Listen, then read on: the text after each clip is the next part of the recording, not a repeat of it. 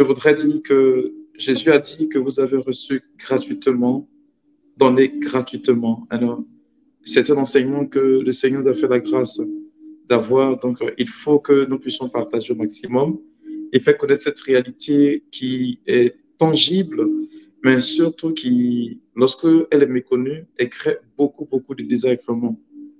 Voilà, c'est l'une des raisons pour lesquelles je me suis investi dans ce cheminement-là. Alors, à la troisième session, je commence en disant ceci avant d'aborder le thème du jour. Il y a un élément que j'ai dû oublier concernant un facteur particulier sur l'identification des dépositaires. Alors, quand on parle de dépositaires, ce sont des personnes idoines qui sont mandatées expressément de façon particulière pour démolir les hôtels de famille. Et je le situe bien, ne peuvent démolir un hôtel de famille que des personnes qui sont des dépositaires. Et dans chaque génération de famille, il y a forcément un dépositaire. L'un des éléments à remarquer pour le dépositaire, c'est que le dépositaire a quelque chose de particulier que je voudrais ajouter encore. Vous allez voir que pour ce qui concerne les hôtels de famille, il y a comme une réalité qui est là. Vous allez voir que les personnes qui vivent des réalités d'hôtels de famille vont se retrouver, pour la plupart des rêves qu'elles font, dans un même lieu, dans une même période, dans un endroit assez précis. Je prends un exemple. On verrait que ces personnes vont se retrouver chaque fois en famille, dans la maison où elles ont grandi, ou bien dans l'école qu'elles ont déjà fréquentée, ou bien soit dans une classe qui est déjà passée. C'est l'un des signes qui stipule que l'hôtel de famille a une réclamation, puisque l'hôtel, son rôle, c'est de te rappeler que tu lui dois de façon ancestrale. Voilà ce que j'avais voulu donner comme information avant de commencer aujourd'hui comment démolir les hôtels de réclamation et démoniaque de famille. Alors, mon texte de référence est tiré du livre de Deutéronome, le chapitre 12, de verset 3. Deutéronome, chapitre 12, verset 3. Alors, voici ce que le Seigneur dit. Vous renverserez leurs autels, vous briserez leurs statues, vous brûlerez au feu leurs idoles, vous abattrez les images taillées de leurs dieux et vous ferez disparaître leur nom de ces lieux-là. Deutéronome chapitre 12, verset 3. Alors, je voudrais dire ici, dans l'Ancien Testament, le Seigneur donne le procédé de la démolition d'un hôtel. On ne peut pas démolir un hôtel, j'ai envie de dire, de façon lapidaire comme cela. Non, ce n'est pas possible. Il faut que cela suive, j'ai envie de dire, un chronogramme assez bien précis. C'est l'une des raisons pour lesquelles, en vue de démolir les hôtels de famille, il est plus qu'important de les identifier. Là, le Seigneur dit, vous renverserez leurs hôtels. C'est-à-dire que j'ai identifié déjà des hôtels.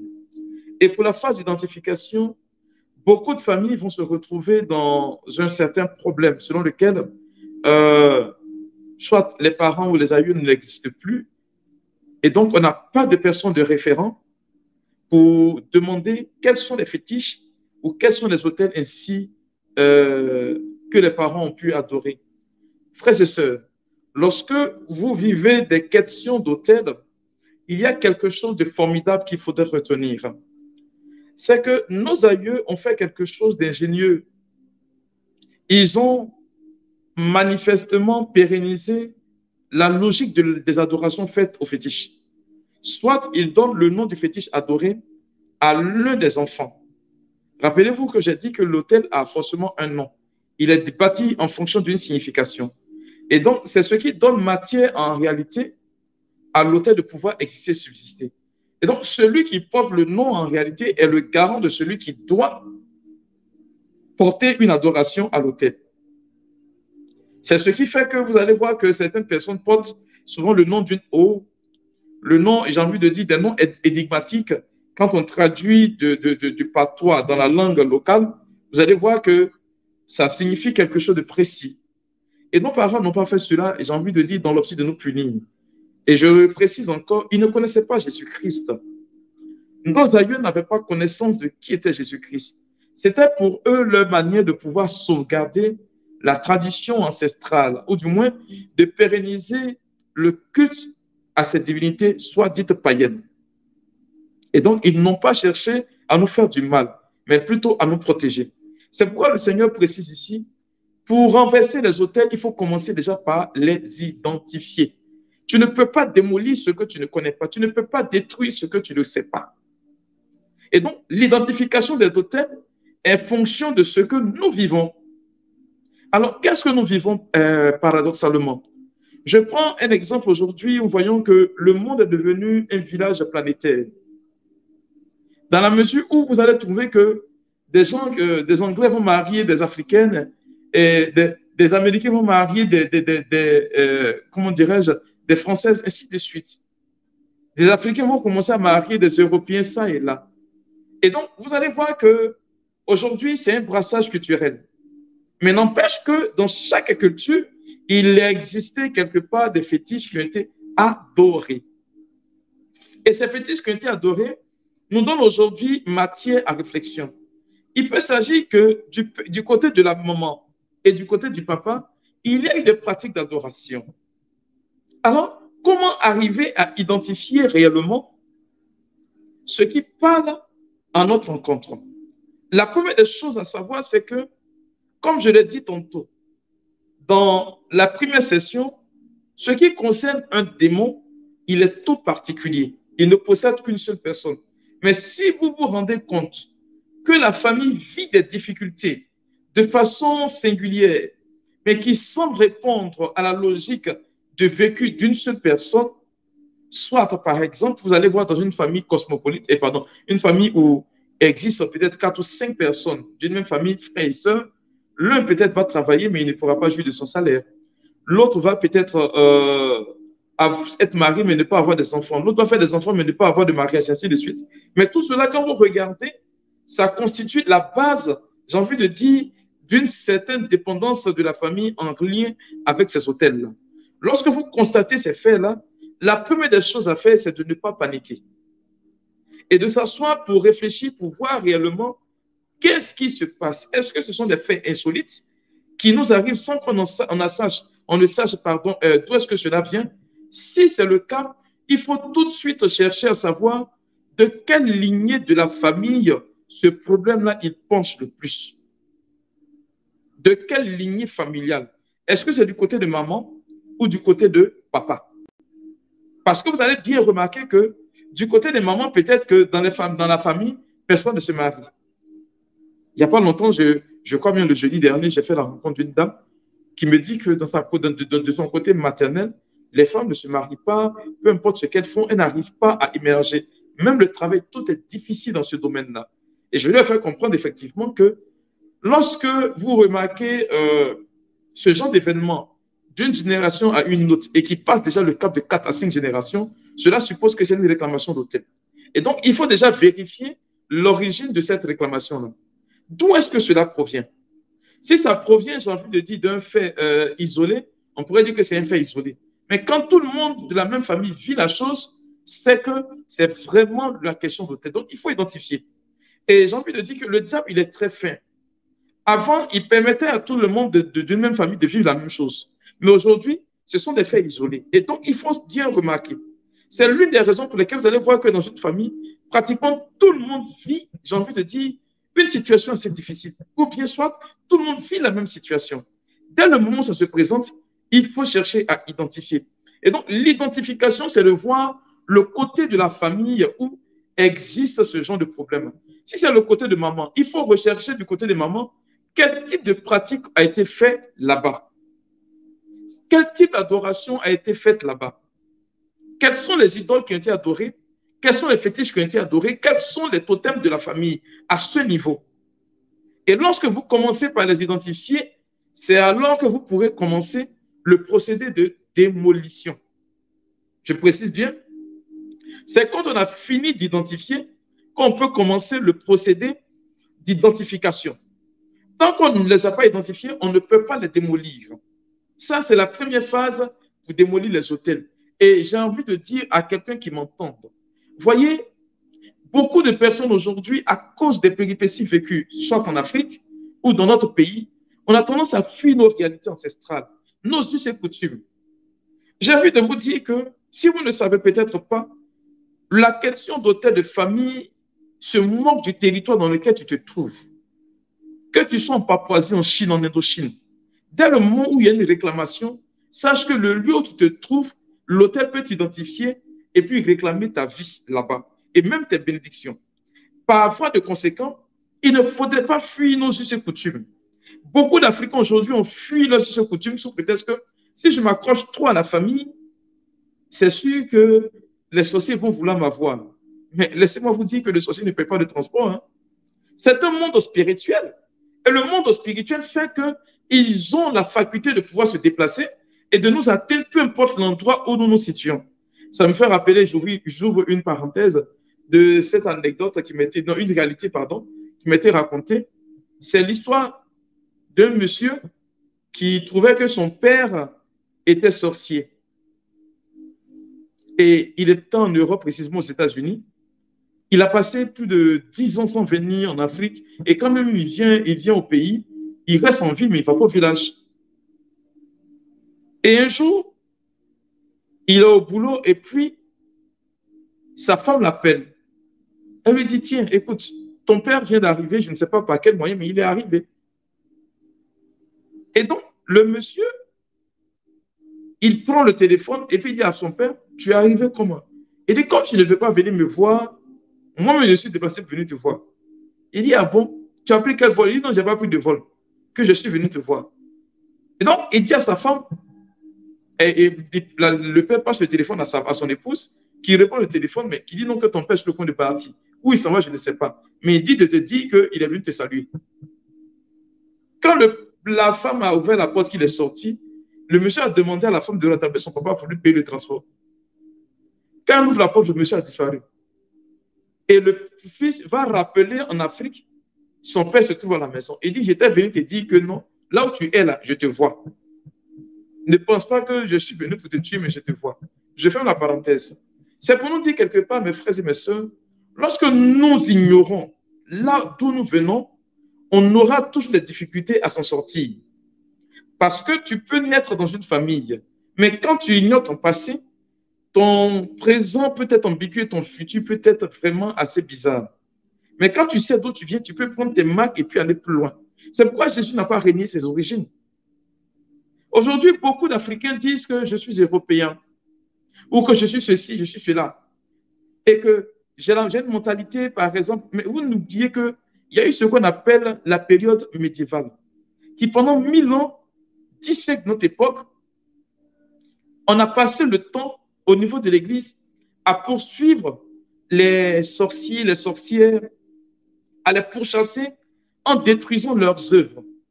Donc, eux, aujourd'hui, quand tu trouves un occidental, pardon, la première des choses que quand tu lui parles de ces réalités, lui, il ne connaît pas, il ne sait même pas de quoi il s'agit. Il ne sait même pas qu'il existe, Jean-Pierre dit, la sorcellerie. Parce que lui, on ne lui a pas appris celui-là. Mais quand tu te renseignes sur ses ancêtres, tu verras que ses ancêtres ont su ces choses-là. Mais toi, à quel moment on a eu à purifier les bases de ta famille pour que tu te prêtes aujourd'hui pour quelqu'un qui va ignorer cette base-là? Alors, la moindre des choses, c'est de les identifier. Parce que tu ne peux pas démolir ce que tu ne connais pas. J'insiste là-dessus. C'est un privilège de savoir, de se renseigner. Et lorsque tu te renseignes et que tu sais, tu as plus de cartes en main pour pouvoir mener le combat et puis gagner. Mais quand tu ne te renseignes pas, que tu ne sais pas, tu ne peux pas aller au-delà de ce que te présente la réalité de ta vie. Tu vas beau prier, beau pleurer. C'est perdu.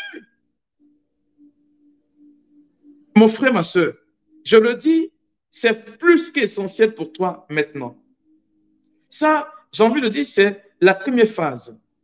En plus d'identifier ces fétiches et ces hôtels, ainsi de suite, il va falloir maintenant les localiser. Je prends un exemple assez banal. Tu pars en guerre contre quelqu'un et la personne a un pistolet à main armée, c'est-à-dire un pistolet, et puis toi, tu as un char de combat. Et quand on vient rapporter le combat, on dit non que celui qui a le pistolet a pu battre celui qui a le char. Ça peut paraître absurde, mais c'est clair et normal.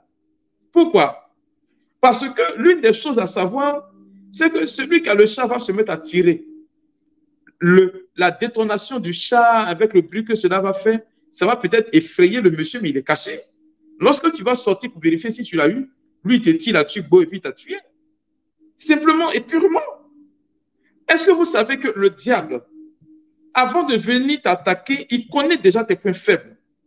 Il sait où il doit te taper pour que tu ne puisses plus te relever. Il sait où t'attraper pour te maintenir en captivité. Est-ce que tu le sais? Mais tu vas combattre quelque chose dont tu ignores sa localisation. Mon frère, ma soeur, je le dis, je le répète, c'est un péché de lèse-majesté de ne pas connaître ces choses-là lorsqu'on veut entreprendre le débat pour démolir les autels de famille. Il est plus qu'important, il faut le savoir. Et pour savoir la localisation de ces choses-là, c'est simple, à tes origines. Je me rappelle d'une dame pour qui, lorsque je faisais cet enseignement dans une communauté, une de mes tatas que je salue au passage, elle est venue et m'a dit, mon fils, est-ce que tu sais que tu m'as ouvert l'esprit? Je lui ai dit, comment maman? Elle dit, pendant que tu parlais, je me suis permise d'aller chercher dans ma base familiale ce qui parlait contre notre vie. Dans sa famille, personne n'est marié. La seule qui est mariée, c'est elle. Mais elle est mariée, mais figurez-vous qu'elle vit dans la même ville avec son époux, mais qu'ils vivent séparément. Lui vit ailleurs et il s'occupe d'elle comme si elle était sa maîtresse. Il dit qu'il ne veut plus d'elle comme femme, mais il s'en occupe proprement. Et la bonne dame, quand elle est venue me voir, elle me dit, mais c'est là que je suis allé me renseigner, qu'on m'a dit que le village que je considère mon village n'est en réalité pas mon village.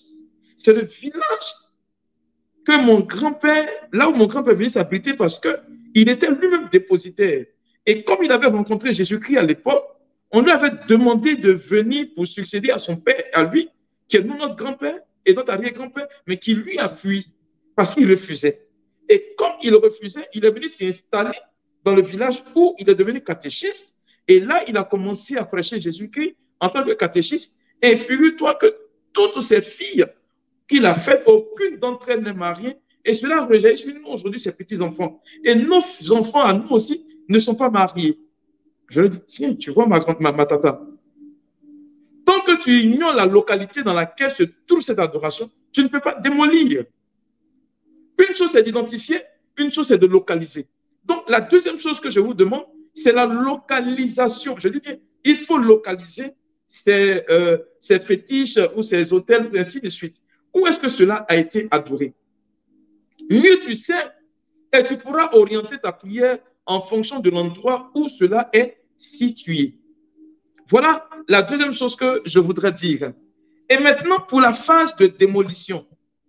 Pour la phase de démolition, rappelez-vous, je le disais parmi les 3 sessions que nos frères évangéliques ne peuvent pas démolir les hôtels. Ce n'est pas une injure à leur encontre. C'est seulement que c'est une réalité. Parce qu'un hôtel, quand il est bâti, il est fait pour des sacrifices. Mais en Jésus-Christ, la seule religion où existe un hôtel, croyez-moi, c'est l'Église catholique. Il n'y a rien à faire. Et c'est cet hôtel-là sur lequel la préface dit ceci, Jésus-Christ est à la fois l'autel, le prêtre et la victime. Et je vous ai fait remarquer pendant la session qu'il y a 3 choses importantes dans un sanctuaire. La première des choses, c'est d'abord l'autel, sur lequel est offert le sacrifice, ou les sacrifices. Ensuite, il y a le pupitre, c'est-à-dire ce qu'on appelle l'ambon, là où on lit la parole de Dieu. Et puis ensuite, il y a le siège du célébrant. Alors, le siège du célébrant, on en a déjà parlé avec le dépositaire. Parce que c'est le dépositaire seul qui est capable de démolir l'autel de malédiction. Cependant, il y a aussi l'autel lui-même. Quand il est bâti, il a plusieurs fonctionnalités. Et comme l'autel a plusieurs fonctionnalités, il faut être capable de pouvoir démolir cet autel-là. Alors, pour la démolition de l'autel, mon frère, ma soeur, le Seigneur dit ici en Deutéronome 12:3, il faut renverser leurs autels. Alors, il y a la phase spirituelle de la prière. Je vais aborder cela tout à l'heure. Et puis, il y a la phase pratique de la démolition. C'est-à-dire, si même vous découvrez que il y a la possibilité de renverser ces hôtels-là de façon physique, de les abattre. Il y a un procédé pour le faire. Si vous connaissez la localisation et là où les hôtels sont bâtis, il faut les renverser, il faut les démolir. Le Seigneur ne veut pas qu'il existe un tant soit peu la réalité de ces hôtels-là. Parce que tant que ces hôtels vivent et subsistent physiquement, ils peuvent avoir un impact dans votre vie. C'est l'une des raisons pour lesquelles le procédé que moi j'entends particulièrement, c'est un procédé de conversion de toute la famille. Ce n'est pas lié à une seule personne pour dire non, que toi seul tu vas sortir la tête de l'eau. Non, il faut que tu adjoignes ta famille à ce processus-là pour que toute la famille soit engagée dans la phase de délivrance. Ne dis pas que c'est moi seul qui dois le faire. Non, si tu passes sur cette base-là, c'est erroné. C'est pourquoi l'un des premiers principes, et je suppose que c'est quelque chose de fort, l'un des premiers principes pour une famille qui veut s'engager dans la démolition de l'hôtel, mon frère, ma soeur, c'est la réconciliation. Écoute bien. L'un des premiers principes, c'est la réconciliation. Parce que tu ne peux pas démolir un hôtel de famille alors que la famille est disloquée. Ça ne marche pas. Jésus dit, si l'un de vous se souvient que son frère a quelque chose contre lui, qu'il laisse là son offrande, qu'il parte ensuite se réconcilier et qu'il vienne porter son offrande. C'est-à-dire que si à la base, il n'y a pas de réconciliation, toutes les prières que vous ferez ne pourront pas monter vers Dieu. Croyez-moi. Il y a plusieurs familles que j'ai suivies qui ont joué le jeu pensant qu'elles seules, elles allaient sortir, les personnes minimes allaient sortir. Mais vers la fin, le Seigneur les a rattrapées. Et en les rattrapant, il leur a fait comprendre qu'il y a un facteur dominant qui est la réconciliation qui se trouve dans le fait de briser les hôtels de famille. Mon frère, ma soeur, ce principe, il est là. Et ce principe veut aujourd'hui pour toi que tu aies l'amabilité d'associer les membres de ta famille. Alors, si tu constates que dans ta famille, il y a ce problème-là, tous ces enseignements que j'ai faits pendant cette session, il faut les partager aux autres membres de ta famille pour qu'ils puissent s'intéresser. Parce que ce qui va peut-être les intéresser, c'est le principe de survie. Toute personne qui vit sur Terre a en elle cette capacité de vouloir survivre. Du coup, quand elle est confrontée à une réalité que tu lui proposes une solution, tout de suite, elle coupe pour y aller. Alors, la réconciliation, je le dis bien, ce n'est pas un semblant de réconciliation, je précise bien. Vous pouvez être dans une famille et tant que vous êtes enfant, tout va pour le mieux. Mais dès que vous grandissez net, waouh, c'est là que chacun part de son côté sous prétexte que je suis devenu autonome. Mais nos parents, avant, vous verrez qu'ils nous servaient et puis ils permettaient qu'on mette la main dans la même assiette pour manger. Pourquoi? Parce qu'ils savaient que c'était un principe, un facteur assez poignant pour des personnes qui veulent évoluer. C'est l'une des raisons pour lesquelles je dis, le Seigneur a dit, vous renverserez leurs hôtels. Il n'a pas dit, tu vas renverser leurs hôtels. Il dit, vous allez renverser. Parlons du peuple d'Israël. Pourquoi? Parce que le Dieu que nous adorons est un Dieu d'union. Et le premier principe pour pouvoir véritablement démolir ces hôtels-là et pour pouvoir permettre à Dieu de générer en nous des facteurs de force, c'est premièrement que nous puissions être unis. Et là où l'unité se présente, le diable ne peut pas exister. Il ne peut pas rester. Déjà, si vous créez l'unité, il n'y a rien à faire. Et pour l'unité, on n'a pas besoin d'aller à l'église.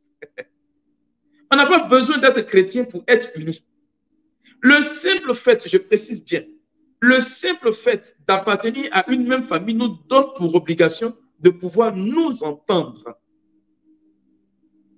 Frères et sœurs, il y a ce principe-là qui demeure.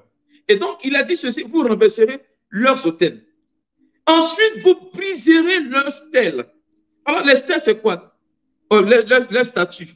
Et puis, les idoles. Ce sont des choses, par exemple, s'il y a une eau qui est adorée, vous allez voir que de cette eau, la famille va tirer peut-être une statuette à laquelle elle va donner un nom qui va représenter cette eau-là, mais la fonction de cette statuette est différente de l'adoration qu'elle fait d'autres personnes. Et donc, il faut casser. Oui, il faut le faire. Et c'est le process. On ne passe pas à côté de ces choses-là. Et donc, s'il existe ces statuettes dans des familles, de façon physique, il faut les démolir. Il faut que les parents apprennent à s'en détacher. Et donc, en les démolissant, il dit, vous abattrez les images taillées de leurs dieux et vous ferez disparaître leur nom. Il faut que cela n'existe plus. C'est l'une des raisons pour lesquelles mon frère, ma soeur, pour démolir ces hôtels-là, il y a des prières qui sont certes faites. Mais l'identification de ces hôtels te donne un avantage tactique pour que tu puisses déjà avoir accès à ta libération. En plus d'avoir permis d'identifier, de créer la réconciliation et de localiser ces hôtels-là, il y a des prières qui sont faites. Et j'opte pour, j'ai envie de dire, 6 étapes. Voilà, c'est 6 étapes que moi, je propose pour la démolition. D'aucuns pourraient proposer ce qu'ils veulent, mais en fonction de ce que j'ai eu comme expérience, je propose seulement que 6 étapes. La première étape, c'est la phase où on prend la peine de pouvoir rechercher, de pouvoir identifier et de pouvoir faire des prières en vue de pouvoir commencer la démolition. Donc, la phase, j'ai envie de dire, de préparation spirituelle. Et au cours de cette phase-là, c'est là que je fais les identifications. C'est là que je localise. Et il y a une prière qui accompagne cette première phase-là. Il ne faudrait pas passer en marge, je le dis bien. Il faut rester et garder à l'esprit que mieux j'identifie et plus mieux c'est. J'ai le témoignage d'une de mes filles qui est dans l'état arrivé à cette phase de prière-là et elle n'arrivait pas à trouver les hôtels. Elle s'est renseignée auprès de ses parents et sa sœur aînée qui lui a fait comprendre que les hôtels dont elle parle là n'existent pas, que dans leur famille, ils n'ont jamais porté d'adoration, qu'elle ne s'en rend pas compte, elle ne s'en souvient pas, pardon, mais elle ne croit pas que les parents ont toujours été chrétiens. Mais quand elle vit, elle fait ses rêves, il est clair et certain que ce sont les hôtels qui parlent contre sa vie. Et je lui ai demandé de prendre un temps de jeûne, chose qu'elle a faite, et de prier, de demander à Dieu de lui révéler l'hôtel ou le fétiche qui parle contre elle et sa famille. Elle dit, OK. Elle est allée se coucher et dans la même nuit, Dieu qui étant vraiment bon, lui donne un seul nom. Et dans le sens qu'elle a fait, le Seigneur lui dit, écoute, demande à ta grande soeur ce que signifie ce nom. Donc, de matin de bonne heure, elle se lève, quand elle touche son téléphone, elle appelle automatiquement son aîné. Elle lui demande, est-ce que je peux te poser une question? Elle dit oui. Elle lui dit, ben, est-ce que tu es sûr que dans notre famille, il n'y a pas eu d'adoration? Sa grande soeur lui dit, je te dis, avec un air assez colérique, là, fâché. Et puis elle lui dit, ben, j'ai fait un songe et le Seigneur m'a dit de te poser la question. Ça, là, ça veut dire quoi? Elle dit le nom. Sa grande soeur étant tétanisée, elle a laissé tomber son téléphone. Quand elle soulève, elle dit, tu es sûr que c'est Dieu qui t'a demandé? Elle dit, oui, c'est Dieu qui me l'a demandé de te demander. Et qu'est-ce qu'elle va faire? Sa grande soeur lui dit, OK, et raccroche, je vais te rappeler moi-même. Un quart d'heure après, elle va faire saisir, je vous dis bien, elle fait saisir sur 2 feuilles A4 le nom des hôtels et des fétiches que les parents ont adorés dans leur famille. Alors qu'auparavant, elle n'avait pas dit. Elle disait qu'il n'y en avait pas. Je voudrais aussi vous dire ceci. Quand on est chrétien, la phase la plus importante, c'est que l'Esprit Saint nous donne la possibilité d'identifier et de savoir poser des questions aux membres de notre famille. Je ne vous demande pas d'aller accuser les membres de votre famille pour leur dire que ce sont eux, à cause de ce qu'ils font comme adoration, que vous subissez ces choses-là. Ne le faites pas. C'est une erreur monumentale que vous avez faite. Mais il faut procéder de façon ingénieuse. C'est le cas de cette dame-là qui était passée me voir pour que nous prions. Il fallait maintenant identifier ces hôtels-là. Elle appelle son oncle qui est au village, qui lui dit, ben, elle lui dit, ben, tonton, vraiment, je m'excuse de t'appeler, mais c'est vraiment gravissime. Il lui dit, qu'est-ce qui se passe, ma fille? Elle lui dit, ben, il se trouve que on est allé prier un peu partout, on allait même consulter, elle plaisantait avec lui, elle tentait de blaguer avec lui, qu'on on allait prier et on allait même consulter.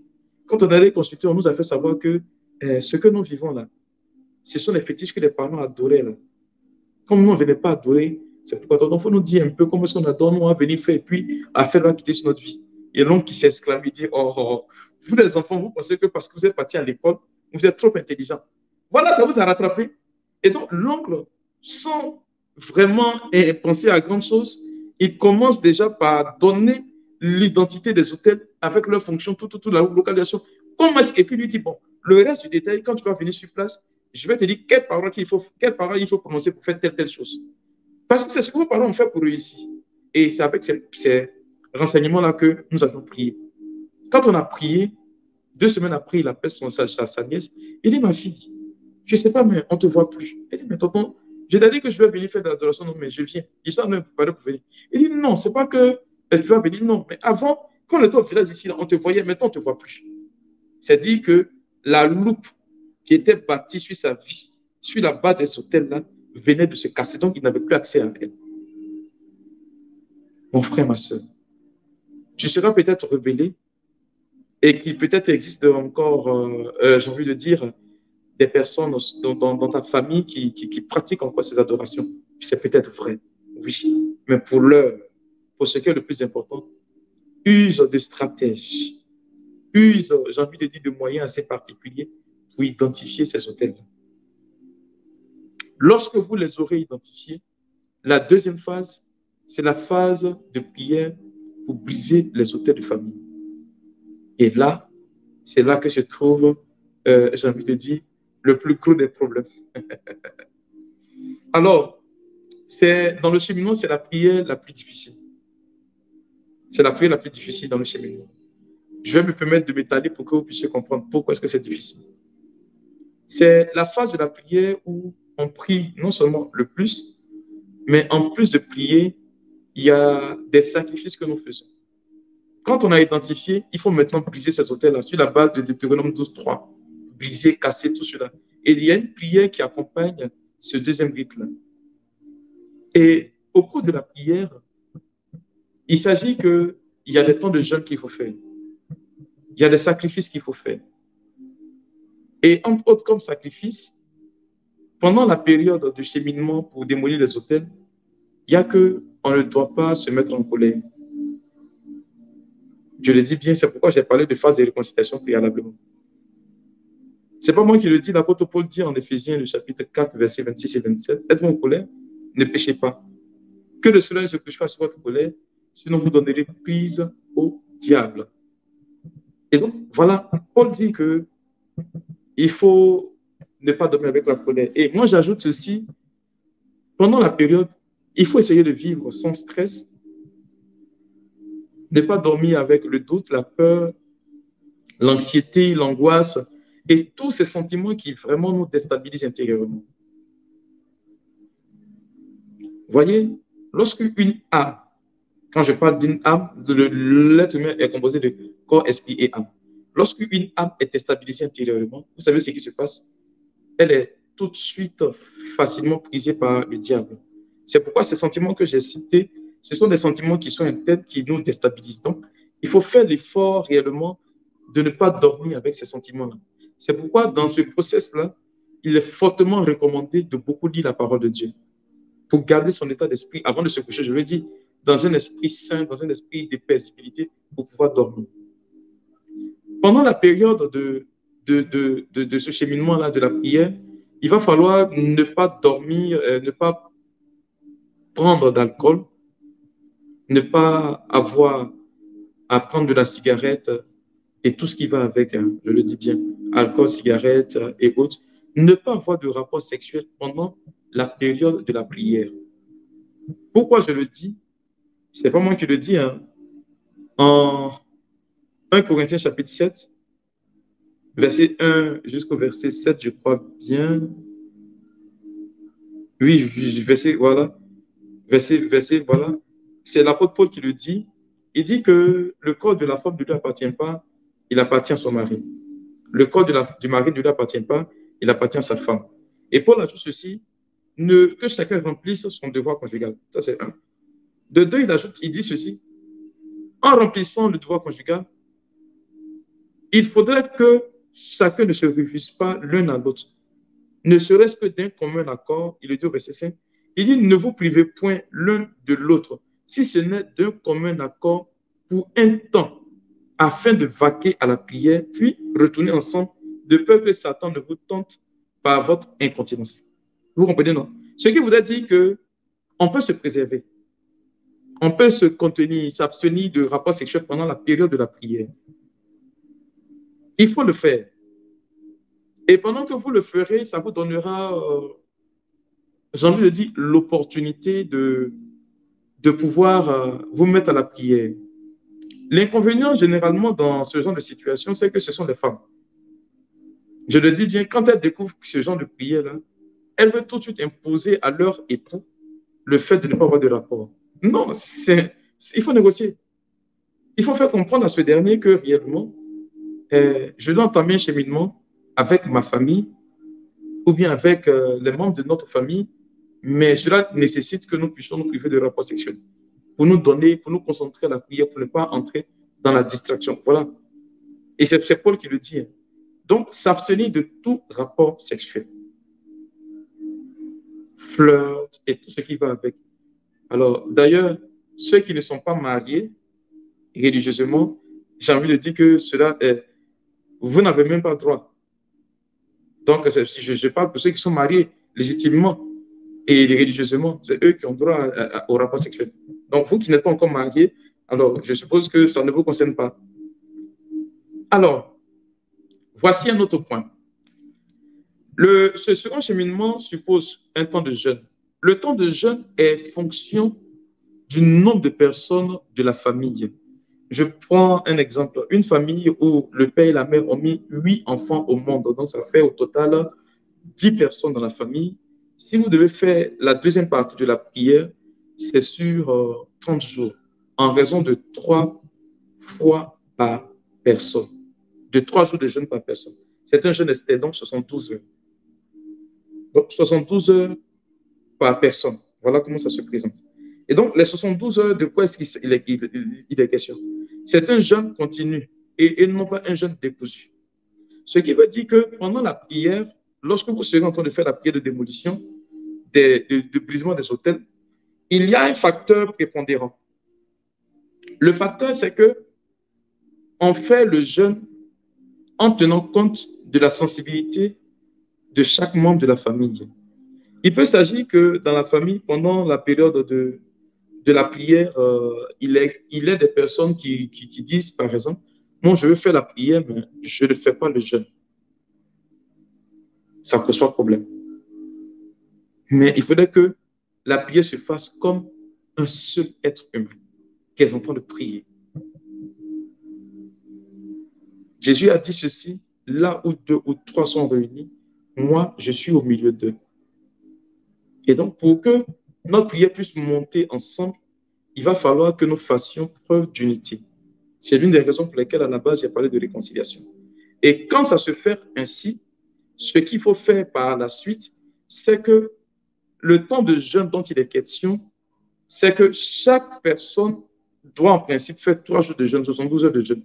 Mais s'il s'avère que parmi vous, il existe des personnes du point de vue de la santé ou du point de vue de l'âge ne peut pas faire de jeûne, il n'y a pas de souci. Donc, je prends une famille de 10 personnes, comme je l'ai cité si bien, et qu'il y a 7 personnes valides ou même 5 personnes valides qui veulent faire, je passe là-bas de 5 personnes qui veulent faire le temps de jeûne. Donc, au lieu de faire le jeûne sur 30 jours, en raison de 3 jours de jeûne par personne, on fait seulement que 15 jours de jeûne en raison des 5 personnes, mais de façon continue. C'est-à-dire, la première personne finit ses 3 jours. Dès qu'elle finit, la deuxième personne entame, la troisième personne, ainsi de suite, à la 5e personne. On ne jeûne pas pour son camarade, on ne jeûne pas pour un membre de la famille, on ne prend pas la sur nous. Non, on ne fait pas. Chacun jeûne pour l'autre et pour soi-même. Dieu comprend déjà que telle ou telle personne ne peut pas jeûner. Cependant, la prière se fait en fonction du nombre de personnes de la famille et la difficulté de là se situe du fait que c'est à la même heure que nous faisions le même temps de jeûne et de prière, pardon. Donc, je suppose que si nous avons décidé d'une heure, par exemple 22 heures, GMT pour tout le monde, on fait la prière à 22 heures pour tout le monde. S'il s'avère que vous avez des personnes en Afrique ici et que d'autres se trouvent, par exemple, à Londres, où il y a peut-être soit 2 heures ou 1 heure de décalage, vous faites à 22 heures de Londres et ceux d'ici font à 22 heures de leur pays. Donc, ce n'est pas forcément que si on commence à 22 heures, tout le monde fait à 22 heures. C'est-à-dire que si on fait 22 heures, je suppose en Afrique, ici, précisément en Côte d'Ivoire, actuellement il est 23 heures, je suppose, chez vous là-bas, que vous faites à 23 heures. Non, ce n'est pas ça. Si vous décidez de faire 22 heures en Afrique ici, c'est que c'est 22 heures de là-bas, vous faites aussi. Voilà comment ça se présente. Cependant, la difficulté majeure ou les difficultés majeures, c'est que si parmi ceux qui ont décidé de faire la prière, une seule personne manque à la prière et fait reprendre toute la prière à la famille, même si c'est le dernier jour. Voilà la difficulté. Si une seule personne manque à la prière, alors qu'elle a donné son engagement au départ, elle fait reprendre la prière à tout le monde. Si une personne manque autant de jeûne, alors qu'elle a donné son point de départ, alors elle fait reprendre, elle a donné son avis au départ, elle fait reprendre la prière à tout le monde. Voilà là où se situe, j'ai envie de dire, la difficulté. Et donc, ce cheminement vous sera proposé très bientôt. Et donc, ça, c'est la deuxième phase, j'ai envie de dire, de, de, de, de brisement des hôtels, selon le procédé que je donne. La troisième phase, c'est que nous avons, en plus de cela, il faut maintenant faire des messes, au nombre de 9 messes, pour la purification de notre arbre généalogique. De quoi s'agit-il? Vous n'avez pas peut-être fait des adorations, vos ancêtres ont fait. Vous savez que la messe dans l'Église catholique est la prière qui rassemble les trois entités de l'Église. L'Église en souffrance, c'est-à-dire les âmes du purgatoire, l'Église en pèlerinage, nous qui sommes ici, et puis l'Église des saints, c'est-à-dire ceux qui vivent dans le paradis de Dieu. Dieu est souverain. Il est capable de rattraper, puisque nous faisons des démons pour nos morts, les prières que nous faisons ici pour nos défunts, afin de leur permettre d'entrer dans la félicité de Dieu. Alors, pour des actes qu'ils ont posés aujourd'hui qui nous incriminent, alors qu'ils n'ont pas pu demander pardon, on fera 9 messes où on va demander pardon pour nos ancêtres.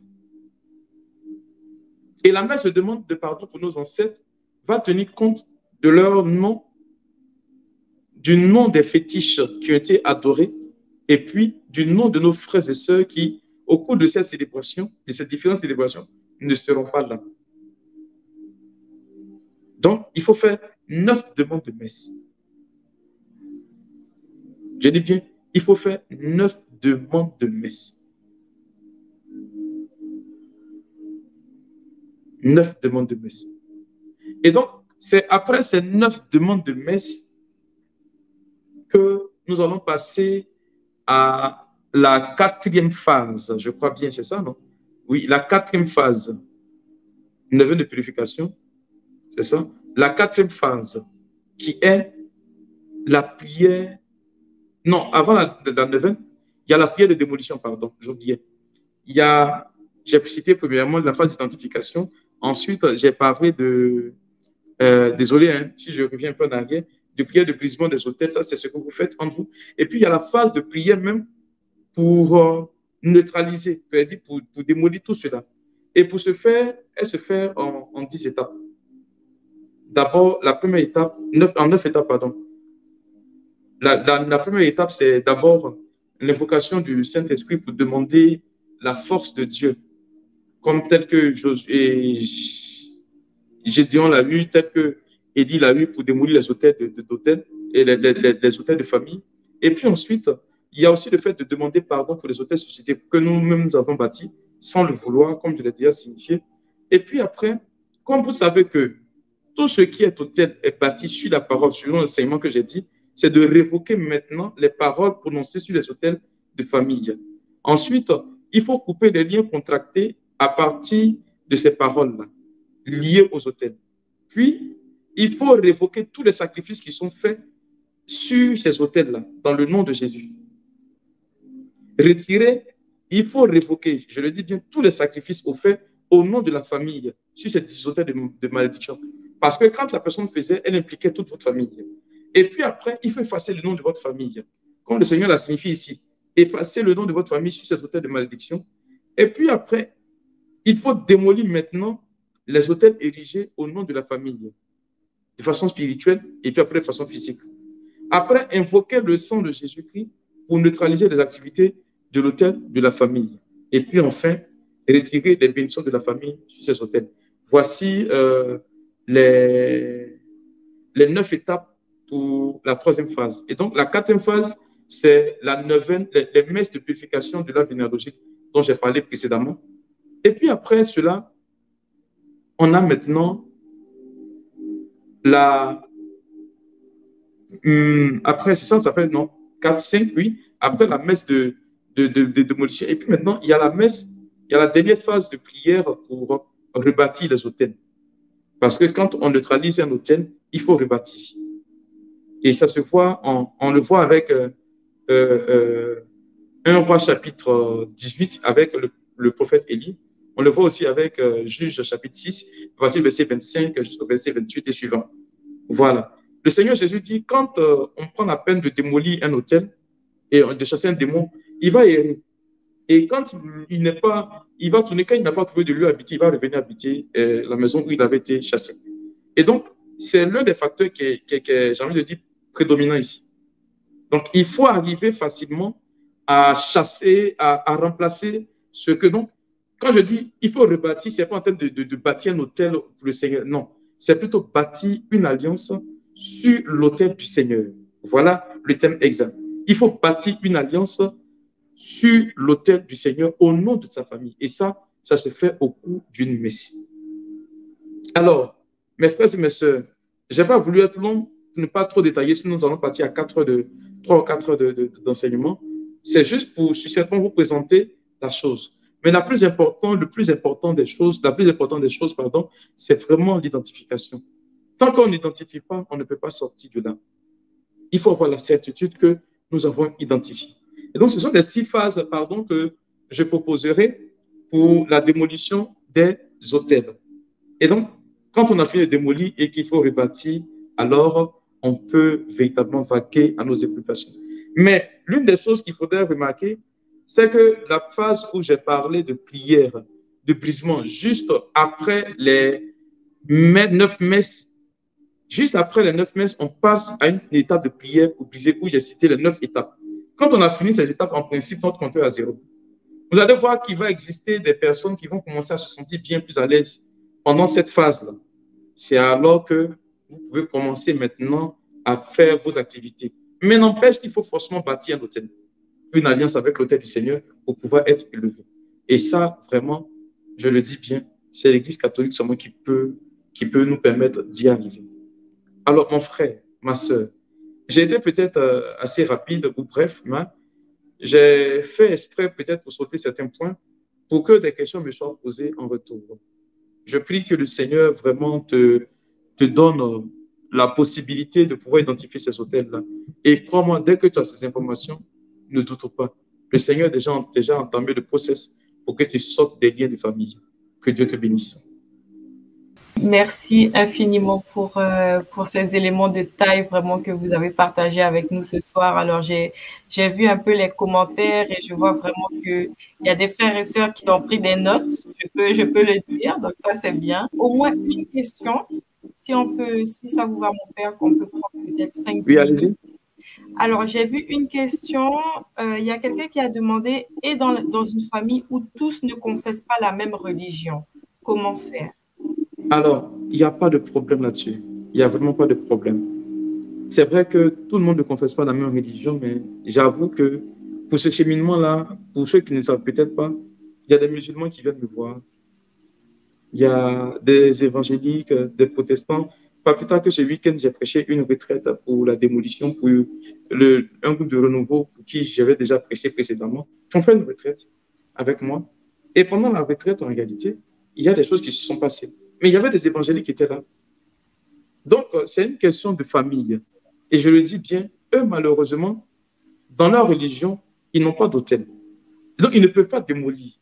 Jésus-Christ, il est venu, j'ai envie de dire, pas en termes de religion en tant que telle, mais en termes d'humanité. Donc, s'il y a une religion qui prône cette façon de vivre et unie, je crois bien que c'est l'Église catholique. La preuve en est que dans l'Église catholique, on a ce qu'on appelle l'œcuménisme, où toutes les religions sont j'ai envie de dire, dans la même affaire. Et ça, c'est la chose la plus forte de l'Église catholique. Donc, peu importe, l'objectif, c'est que vous vous rendiez compte que vous vivez ces genres de situations et que vous proposez une solution pour quitter. Et je le dis bien, c'est la pratique des messes qui vous fera sortir de là. Demandez-leur simplement de croire et puis c'est suffisant. Amen. Merci beaucoup, mon père. Alors, il y a une autre question de notre sœur Anne-Dominique qui demande: et les familles de la même mère et pas de même père, comment ça va se passer? Alors, si vous avez la famille de même mère et non pas de même père, c'est-à-dire un seul parent qui vous lie, il faut chercher à identifier le lieu où il y a réellement le problème. Est-ce que c'est du côté de la maman ou du côté du papa? Parce que l'auteur, quand il parle, c'est vrai que quand tu t'unis à une prostituée, nous dit Paul en 1 Corinthiens, le chapitre 6, le verset 16, que tu deviens un avec elle. Cependant, l'auteur, quand il parle forcément d'un côté. Regardez du côté soit de maman, si c'est la maman qui a le problème, vous allez voir que les sœurs, les frères de maman vivent quasi les mêmes choses que vous vivez. Vous allez les identifier. C'est comme ça qu'on les identifie. Je l'ai dit tantôt, le diable, il est malin, mais il n'est pas intelligent. Et comme il n'est pas intelligent, il a le même process. Vous allez voir que là où il frappe le plus fort, il s'attache à la queue, il a attrapé quelque chose de quelqu'un, il ne laisse pas. Donc, identifiez le lieu où se trouvent les problèmes. Si c'est du côté de maman, vous allez voir que du côté de maman, il y a ce problème-là. Et ce n'est pas seulement que vous, famille nucléaire, mais de la grande famille. Généralement, le procédé que je propose, c'est d'abord pour la famille nucléaire. Je ne le veux pas pour la famille élargie, parce que quand c'est la famille élargie, ça met du temps. Et pendant ce temps-là, il y a une famille, par exemple, ça leur fait 6 mois qu'ils sont chez nous, ils ont pu faire son niveau famille élargie. Mais ils sont obligés de répondre à chaque fois parce que tout le monde ne s'accorde pas. Mais quand c'est la famille nucléaire, c'est plus efficace. Et là, le Seigneur va permettre que la famille nucléaire sorte. C'est clair, hein? Dieu s'est choisi Israël, qui était le plus petit peuple, pour donner l'évangélisation au monde aujourd'hui. Donc, à partir de la famille nucléaire, cela va permettre, en principe, aux personnes qui vivent ce genre de situation dans la grande famille, vont se poser la question, mais comment se fait-il que vous avez fait pour sortir de là? Ça sera pour vous là un témoignage et puis donner la gloire à Dieu en leur proposant la solution de Jésus-Christ. Donc, pour une famille où ils sont une famille recomposée ou bien une famille où c'est l'un des parents qui vit cela, c'est de ce côté-là qu'il faut chercher le lien des hôtels. D'accord, merci mon père. Alors, j'ai une autre question. Si vous avez une famille, par exemple, où les parents ont eu qu'un enfant et l'enfant a peut-être identifié un problème du côté paternel, est-ce que c'est possible pour l'enfant qui n'a pas de frères et sœurs, hein, de faire ce cheminement avec peut-être son père, par exemple? Parce qu'on voit qu'il y a le problème du côté du père. Est-ce que c'est possible, mon père? C'est possible. Et pour une telle famille, j'ai envie de dire que heureusement, ça ne va pas tenir long. Ça ne sera pas long. Oui, ça ne sera pas long. Pour une famille où c'est beaucoup d'enfants, ça sera plus long. Mais pour une famille telle que c'est, ça sera moins long. Oui. Donc, il peut faire simplement avec ça. Oui. J'ai vu une sœur, effectivement, qui a dit qu'ils sont 14 frères et sœurs. Donc, ça peut être... Donc, vous allez voir que ça fait 14 fois 3 qui fait 42 jours. Sans compter la première étape qui dure 9 jours et l'étape de la neuvaine de purification de l'arbre généalogique qui dure aussi 9 jours. Donc, déjà, 18 jours plus les 42 jours, ça vous fait déjà 60 jours. Ça, c'est pour la première phase. Sans compter les 9 jours de messe et ensuite le jour de la prière et puis le jour de la messe. Donc, ça fait déjà 11. Donc, ça fait 71 jours pour cette famille-là. Oui, ça peut faire beaucoup. Mais c'est le combat. Oui, ça peut faire... c'est le combat. Il ne faut pas regarder le nombre de jours, mais il faut regarder plutôt, j'ai envie de dire, l'efficacité de la chose, c'est tout. Exactement. Alors, j'ai une sœur, mon père, qui dit que elle a son petit frère qui ne croit pas. Mais sa sœur et elle, est-ce que sa sœur et elle peuvent faire le cheminement? Donc, je suppose, sans le petit frère qui ne croit pas. Alors, le principe, comme je le dis, il faut le retenir, c'est donner la gloire à Jésus-Christ.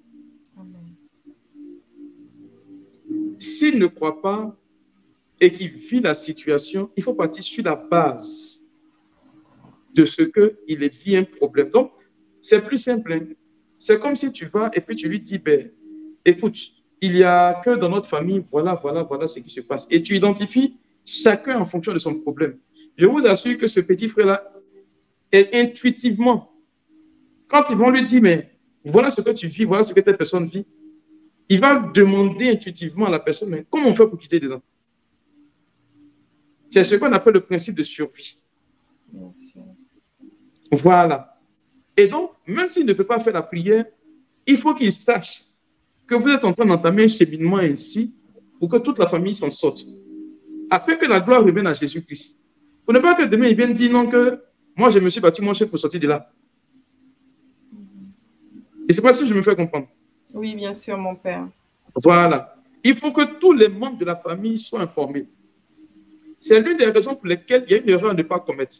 Il ne faudrait pas décider pour quelqu'un. Non, on sait que la personne ne va pas faire, on sait que la personne ne peut pas faire. Non, ne partez pas sur cette base-là. Portez d'abord l'information. C'est pourquoi il est important de partager les vidéos que nous avions faites depuis lors au membres de votre famille. C'est important qu'ils prennent la peine de pouvoir écouter et qu'ils vous fassent un retour avant de commencer le cheminement. C'est ça. Voilà, demain, je vous proposerai le cheminement les différentes prières. Je vais vous balancer ça demain avant de commencer. D'accord, merci beaucoup, mon père. Alors, mon père, avant de vous laisser partir, est-ce que vous pouvez, s'il vous plaît, faire une prière pour nous? Oui, je le ferai. Alors, le Seigneur soit avec vous. Père, toi qui es le Dieu de toute délivrance, le Dieu qui nous éclaire, le Dieu qui sait toutes choses, regarde la vie de tes enfants qui ont suivi cette session. Merci, Seigneur, pour ces révélations et cette disposition de cœur. Toi, Jésus-Christ, qui est la vérité du Père, qui vient jusqu'à nous alors que nous sommes si faibles, qui est la vérité qui rattrape le mensonge. Je prie, Seigneur, que tu rattrapes tous les mensonges de nos vies passées, de ce que nos parents ont pu faire, et d'établir tes enfants dans la vérité tout entière. Je prie que ta protection ne fasse point défaut à leur vie. Qu'en entendant cet enseignement, peut-être même après, Seigneur, cette session, que des cœurs soient convertis, que des vies soient véritablement en Jésus-Christ, que vraiment tout puisse apparaître, Seigneur, pour que la gloire te revienne à toi. Merci de faire vivre encore de ta vie tes enfants, en les gardant sous ta protection, en les protégeant par ton sang précieux, toi qui es Dieu pour les siècles sans fin. Amen. Et que Dieu Tout-Puissant vous bénisse, le Père et le Fils et le Saint-Esprit. Amen.